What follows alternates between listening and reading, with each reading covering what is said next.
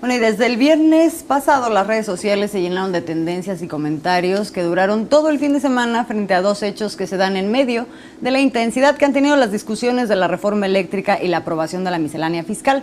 La publicación de un tuit del empresario Claudio X González convocando de manera amenazante a hacer una lista de los seguidores de la 4T y el evento, por otro lado, en que junto con Gustavo de Hoyos dio por sellada la alianza con el PRI, el PAN y el PRD, estableciendo escenarios vencedores en los que también contaba con la participación del Movimiento Ciudadano.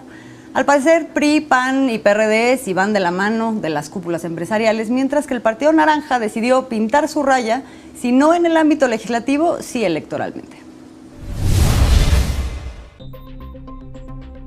El bloque conservador en México, representado por Sí por México y liderado por Claudio X González, se posicionó. Esta vez en son de amenaza contra el presidente López Obrador, pero también en contra de sus seguidores y allegados, a quienes pidió enlistar para no olvidar sus nombres. Que me apunten en la lista. Esto es una posición fascista, así lo catalogo. ¿Quién hace listas? El macartismo, el nazismo. Ellos son los que hacían listas. ¿Para qué quiere hacer una lista? Entonces, esto es la derecha en nuestro país, los que quieren hacer listas. Nosotros lo que abrimos es el debate, pero no hacemos listas de absolutamente nadie. Con el hashtag que me anoten en la lista, cientos de reacciones inundaron Twitter en respuesta al empresario y mostrando simpatía por la respuesta de la mandataria capitalina. Este debate también llegó a Palacio Nacional. ¿En qué hemos lastimado a México? Ni siquiera a ellos, a los magnates, los hemos lastimado, porque son libres, tienen garantizado el derecho a disentir, no se les han expropiado bienes, no hay persecución, participan políticamente, lo cual hasta celebramos. ¿En qué hemos lastimado al país? Si nos hemos dedicado a servirle al pueblo y sobre todo ayudar a la gente humilde, a la gente pobre. En nuestro país, a partir de que entró la Cuarta Transformación, se acabó la persecución a periodistas, todos tienen libertad de expresión, libertad de reunión, no hay represión, se acabó la intervención del Estado como fraude electoral, es decir, hay democracia, inclusive hay democracia participativa, cosa que antes no había. Esto no es novedad, nada más que sí es muy importante que se sepa que no tienen vocación democrática, que los domina el afán. Discusión de la iniciativa de reforma constitucional en materia eléctrica, la posibilidad de realizar la revocación de mandato en marzo del 22, así como también la discusión de la ley de ingresos y presupuesto para el próximo año. Es ante este panorama que, en ánimo triunfalista, Claudio X González ha planteado un escenario que se contrapone con la realidad. Ya no cuentan con la posibilidad, de manera unilateral, de dañar y desaparecer, como es su intención, a organismos autónomos e instituciones que son indispensables para el futuro. La oposición venció al oficialismo. En la Ciudad de México, la coalición Va por México obtuvo 200,000 votos más que Morena y sus aliados. Eso quiere decir, queridos amigos y amigas, que si la jefatura de gobierno se hubiera disputado ese 6 de junio, la candidata o candidato de Va por México hubiera ganado la elección. Como parte de las acciones de Sí por México para conformar una gran alianza partidista con miras a las elecciones presidenciales de 2024, Claudio X González invitó a Movimiento Ciudadano a sumarse al bloque opositor. No obstante, Clemente Castañeda, coordinador nacional de ese partido, rechazó su propuesta. Pues es decir, un no gracias, por ahora. En este momento. Claro, no hay razón, no hay ninguna razón para que Movimiento Ciudadano cambie la posición política que ya sostuvo en el 2021 para ahora correr una aventura que, pues a mi juicio, no tiene consistencia y por lo tanto no tiene mucho futuro. Informe Capital. Bueno, para discutir sobre este tema y otros, la migración y también el pensamiento neoliberal en instituciones públicas, esta noche le damos la bienvenida con muchísimo gusto a Violeta Vázquez Roja, profesora, investigadora del Colegio de México, y a Leticia Calderón, investigadora del Instituto Mora. Muy buenas noches, Violeta, Leticia, ¿cómo están? Yo encantada de la vida de escucharlos. Violeta, ¿cómo te va? Igualmente por acá, buenas noches. Violeta, Perdón, Leticia. yo no los escucho, he estado entrando y saliendo, pero no puedo escucharlos, está muy mal mi sonido, me voy a volver a salir. Ahorita okay, lo corregimos. Lo corregimos, te esperamos aquí, Violeta. Yo tengo la impresión de que son acá, ¿verdad, Leticia? A mí me pasa lo mismo, yo los oigo como fantasmagóricos. Pero nos escuchas bien, Leticia. ¿Pero sí nos escuchas, Leticia? Sí los oigo como en eco.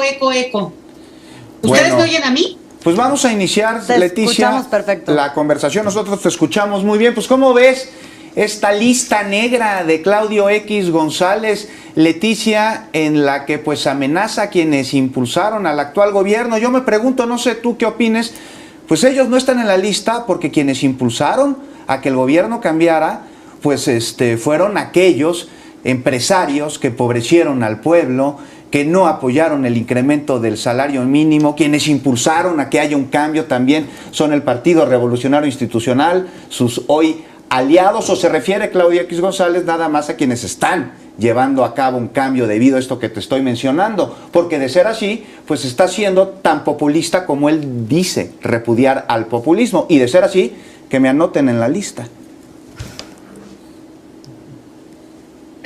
A ver, te alcancé a escuchar, digo, todo en eco, pero entonces voy a repetir también en eco. Oye, mira, yo creo que estamos frente a una situación muy grave, les voy a decir por qué. Porque yo creo que no se arma con un tuit de lo que puede haber dicho un empresario que ha estado realmente muy vinculado ya a la organización de un liderazgo, ¿no? De ese liderazgo de la derecha en realidad. Yo creo que ya están subordinados a ese liderazgo, tanto el PRI, el PAN y el PRD. Entonces, digamos, ese es el nivel del personaje. Pero la otra es que yo creo que la trayectoria de Claudio, cómo posicionarse frente a la política de adversarios o enemigos en este caso, porque claramente él desde hace mucho tiempo tomó una decisión de participar en política, financiando, estando detrás, en algunos casos fue muy interesante, porque con este tema de la corrupción ubicó varios temas, pero que ahora, están desaparecidos, desdibujados. Yo recuerdo muy bien el caso de Josefina Vázquez Mota y el escándalo aquel en Relaciones Exteriores, que se le dio un recurso multimillonario, que nunca quedó claro ese asunto, pero una de las fundaciones que avalaba Claudio X González fue quien le dio seguimiento en su momento muy interesante y después apagadito el tema. Entonces, estamos hablando de un personaje que ha estado ya incursionando y ya mandó un mensaje, ahora a lo mejor en realidad vulgar, porque eso es una vulgaridad, pero que está mostrando su verdadera cara. Yo no lo vería como algo simple, no lo vería como algo pasajero. Me preocupa porque además le pone un tono innecesario a un nivel de debate que tiene que serlo, y ahí es donde yo nada más pondría un punto. Esta idea de que hay polarización, a mí me parece que es obvia. Pues no pensamos lo mismo frente a la idea de nación que tenemos.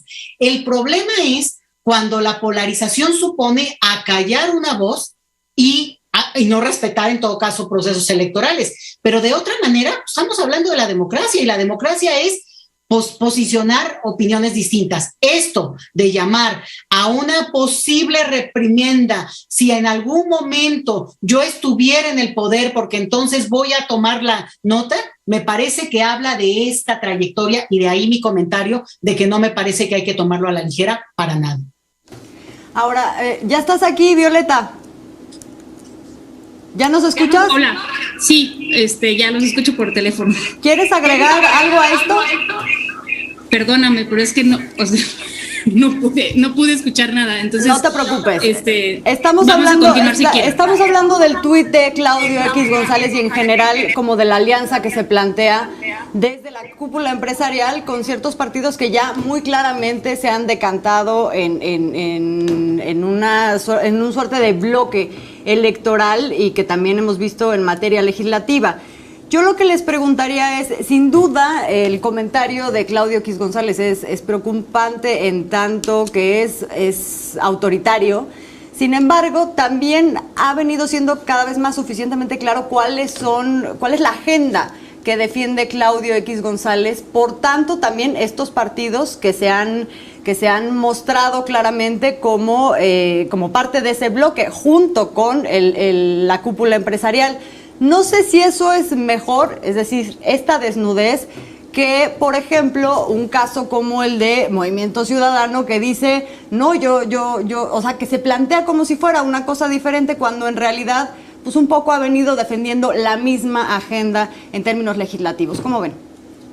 No sé, yo tengo mis dudas porque, mira, por ejemplo, cuando ganó Trump en Estados Unidos, mucha gente decía lo mismo. Decía, bueno, mira, es mejor tener así como alguien que es así, digamos, vociferante respecto a sus creencias racistas y supremacistas, que tener a alguien que tiene las mismas creencias, pero de manera velada, etcétera. Pero la verdad es que en cuanto ganó Trump, o sea... A mí sí me preocupa que esto de Claudio X a envalentonar, a realmente confrontar a otros en un ambiente autoritario. Leticia, este tipo de discurso que podemos ver ahora con Claudio X González, pues es un discurso típico, clásico de regímenes autoritarios. Eso es lo que nos esperaría si estos tuviesen algo de poder en el futuro. No, la verdad no escucho bien, la verdad no te alcancé a escuchar la pregunta. En el drama total de nuestro absoluto audio. A ver, les propongo algo, queridas. Hagamos un intento de reconectarnos mientras nosotros vamos con más información y volvemos con ustedes. ¿Les parece bien? Leticia Calderón y con Violeta Vázquez Rojas. Qué bueno. A ver, ahora sí ya las escuchamos, ya las oímos bien. Violeta, ¿puedes encender el audio de tu Zoom, por favor? Eso es todo. Leticia, te preguntaba hace rato, bueno, este discurso que hemos venido viendo últimamente por parte de Claudio X González, pues es un discurso típico, clásico de regímenes autoritarios. Es lo que podríamos esperar si es que en algún momento llegan a tener algún tipo de poder o de algún tipo de posición. Pues mira, seguramente habla de una personalidad que es autoritaria ya en esencia, porque además esta pertenencia a la élite, donde no se siente que otros puedan tener derecho a opinar, o que en todo caso está permanentemente en una disputa donde yo creo que no han hecho su tarea en general la oposición, de sentarse a revisar qué pasó en este país los últimos 30 años, como para poder entender incluso el momento que vivimos. Eso me parece que habla en sí mismo ya de esa personalidad, y por tanto, obviamente, no solo preocupa, asusta, da miedo, pero también da mucha pena, porque estamos hablando de gente pues con cierta formación, cierta educación, que podría tener este tipo de asesoramiento. Digo, lo que se comentó hace 3 años, pero era en qué momento, por ejemplo, el PAN, ¿no?, que siempre ha tenido ideólogos, y se van a sentar así en un encerrón sincero a discutir entre ellos y decir, bueno, a ver, ¿qué pasa en el país? En el país, y ojo con algo, en el mundo. Porque yo creo que si no nos ubicamos también como momento histórico en el marco de lo que ocurre en una revisión general en el mundo y en lo post-pandémico, con lo que eso pueda suponer, porque no hay que cantar victoria, ¿verdad? Pero creo que por ahí hay una clave que es importante tomar en cuenta, y obviamente preocupa, y obviamente al mismo tiempo, y vaya la paradoja, da un elemento clarísimo de por qué es importante activarse y politizarse frente a este tipo de posiciones pues tan abiertamente totalitarias. Sí, ahora a mí me dio gusto que hubo una reacción en cadena muy contundente frente a este mensaje. ¿Tú cómo lo viste, Violeta? Condenatoria. ¿Perdón? Que hubo una reacción condenatoria, digamos, a este mensaje de una manera generalizada. ¿O tú cómo viste? Sí, me parece que eso sí, hay que celebrar que la gente es mucho más clara al identificar un discurso autoritario, uno verdaderamente autoritario, ¿no? Y no, digamos, como cuando dicen que el presidente censura y hay autoritarismo de parte del gobierno, porque digamos que la gente eso no lo ve, o sea, no lo ve en una persecución, digamos, real o intentada, como la que está tratando de hacer Claudio X. Y además porque no es el primero de sus coqueteos con este este tipo de ideologías, ¿no? Hoy Alberto Nájar publica en pie de página una columna donde habla, por ejemplo, de las similitudes entre su campaña, o sea, visuales, digamos, entre su campaña y la campaña del sí de Pinochet, ¿no? Entonces, yo creo que la gente lo va viendo y sí, o sea, empieza a relacionar muy francamente el poder económico con un poder autoritario y, pues, en última instancia, con tintes fascistoides, ¿no? Oye, Violeta, rápidamente, pero sí hay una respuesta contundente, pero esta respuesta se da de un lado. De otro lado, ¿cómo se responde a este mensaje de Claudio X González? Polariza, hace más enemigos y encuentra eco en un sector de la población que, si bien no es la mayoría, sí puede llegar a ser muy poderoso. Bueno, digo, vaya que lo es, incluso ratificado por él mismo, ¿no? Ni siquiera es como una de decir, a ver, no, lo interpretaron mal, a ver, aguas, pues yo no estoy, no, o sea, eso es lo que preocupa todavía más. Y yo creo que ese grupo que apoya este tipo de posiciones lo hacen y lo han hecho siempre. Y ese es el punto, que al final de cuentas lo que estamos viendo es develarse una cierta posición, una cierta visión del mundo, una cierta posición frente a temas pues que tienen que ver, por ejemplo, con el bien común y decir, bueno, pero ¿cómo por qué? Aquí lo que tiene que privar es el individualismo y escalar a toda costa, y si tengo que meter los codos, hacerlo, y eso es lo que se premia, y además en un mundo como el que hemos vivido, pues la corrupción es lo que la rifa y el más listo es el que robó más. Y entonces, claro, frente a ese escenario hay que aplaudir a un líder que está dando la cara en un discurso donde se opone, avisando además que podría haber consecuencias para todos aquellos, bueno, además es de un ridiculez, digo, ¿no? Esto de las listas, pues yo decía, pues que vaya a Santo Domingo a conseguir las listas del INE, ¿no? Porque digo, pues, ¿cómo va a ser, no? O sea, digamos, ya para empezar, ¿no? O que directamente se las pida Lorenzo, pero yo creo que ahí es donde también valdría la pena sí tener la precaución, sí ubicar al personaje, y como yo les digo, yo creo que más bien lo que hace es, se desnuda en una trayectoria de una intención política interesante, siempre en esta cosa de haberse posicionado en temas que pues, son de orden social, el tema educativo, que es el que él apoyó mucho con una de sus ONGs, una de tantas de sus ONGs, ¿no? Que también ha servido ahora para develar el tipo de uso de las donaciones, pues a mí me parece que por ahí va el asunto. Y claramente a mí se me haría muy interesante también un diálogo, de repente poder confrontar, en ciertos escenarios, este tipo de opiniones para entender bien si efectivamente los que están diciendo que es correcto o que habría que apoyarlo, lo ratifican frente a un discurso también moderado, elegante, decente, que pueda hablar de lo contrario. Justamente esto que planteas como, digamos, a mí me parece fundamental frente a este tipo de temas, que se hable, se discuta, se revele información, se pueda analizar como un poco como lo estamos haciendo para un ejercicio democrático y que atempere, digamos, esta clase de exacerbaciones, ¿no? Pero creo que en ese proceso es muy importante justamente también como hacer autocrítica. Y creo que es una de las cosas que ha intentado hacer el presidente en estos días cuando habla de la UNAM, y este tema quiero introducir, porque por mucho tiempo y está documentadísimo cómo una serie de cuadros de gobierno fueron siendo sustituidos de gente de la UNAM por gente de universidades extranjeras, universidades privadas, pero poco se habló de qué fue lo que pasó con las instituciones públicas y con la UNAM en particular. Y de ese debate que ahora se abre, pues tocó muchas fibras. ¿Cómo lo ven ustedes, Violeta? Mira, yo creo que la UNAM es un animal muy complejo, ¿no? O sea, es como un estado pequeñito. Tiene un presupuesto pues de 46,000 millones al año, ¿no? Como un pequeño estado. Tiene 360 y tantos mil estudiantes desde bachillerato hasta posgrado. O sea, es un mundo de gente, ¿no? Y en ese mundo de gente hay una especie de reflejo de la desigualdad que hay afuera de la UNAM, ¿no?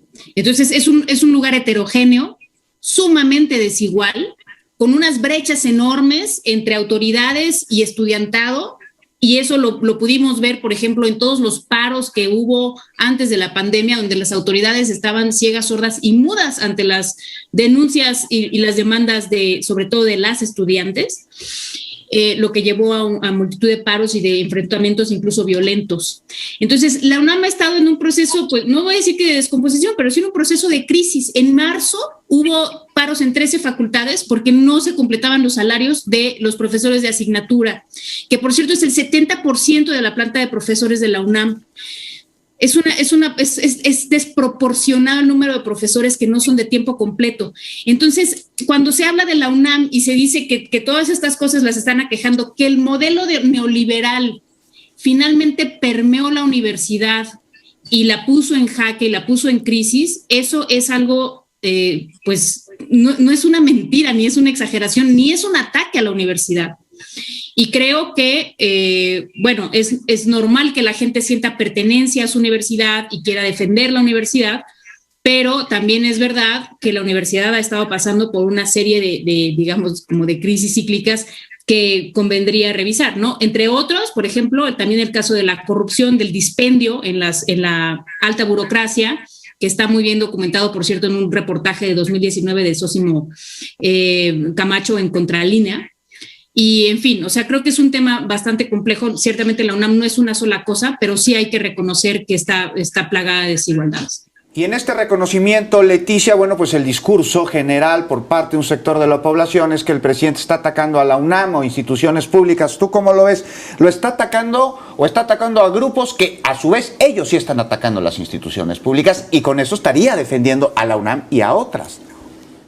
Bueno, a mí lo que me encanta es que el presidente provoca y ahí cae todo mundo, porque cada tercer día ahí les va de nuevo y todo mundo reacciona, bueno, a defender lo que ni siquiera se había defendido antes. Entonces, nos estamos enterando de un montón de temas, pues porque se van poniendo ahí en el tablero. Pero fíjate que yo creo que justamente con este tema toca en una fibra, pero sensible a morir para este país. Una, porque la UNAM siempre se ha visto como esto, ¿no? La Universidad del Pueblo, una cosa que tampoco en ese sentido lo es, porque todo acceso a universidad, a estudios universitarios ya en sí mismo tiene que ver con una posibilidad de haber avanzado en la escala social, que a su vez es un medio para muchos de movilidad social, aunque sea truncado.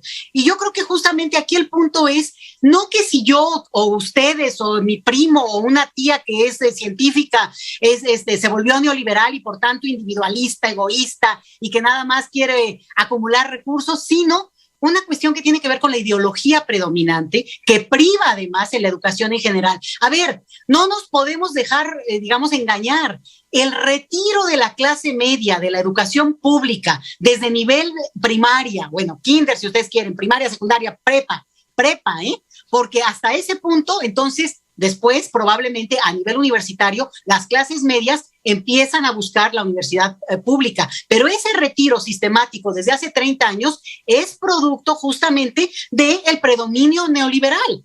Entonces, decir que no ha habido un cambio y que hay una hegemonía de ese discurso en muchos, no solo, es como muy sutil, no es una cuestión no solo personal, sino también en el ámbito de lo que se valora, de lo que se considera como lo deseable y también ahí el perfil entonces de los egresados y por tanto, bueno, yo no sé si sea exclusivo de algunos o de algunos sectores que a su vez alimentan ese discurso, pero cuando ese discurso es el que se pone como el que hay que seguir, el que digamos es el que te da prestigio, reconocimiento, pues claramente eso se vive y es parte de la disputa en una institución y en donde la ideología es parte de lo que se educa también. Entonces, a mí me parece un tema fascinante. La reacción me parece maravillosa, porque además gente que en su vida se ha parado en la UNAM llega a defender a la UNAM cuando, bueno, se ha discutido mucho esto en redes sociales, la atacaba hace menos de 3 años, casi como piojosos los de la UNAM, ¿no? Entonces,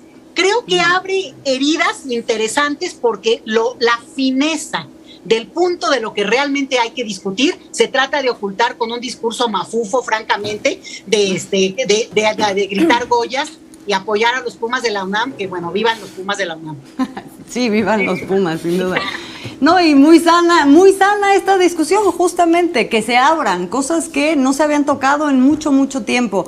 Querida, se nos acabó el tiempo, fuimos muy ambiciosos en querer abordar 3 temas, porque la verdad es que todavía ni siquiera lo hemos agotado, pero estaremos muy gustosos de volverlas a invitar muy pronto, y por lo pronto les agradecemos mucho que nos hayan acompañado hoy.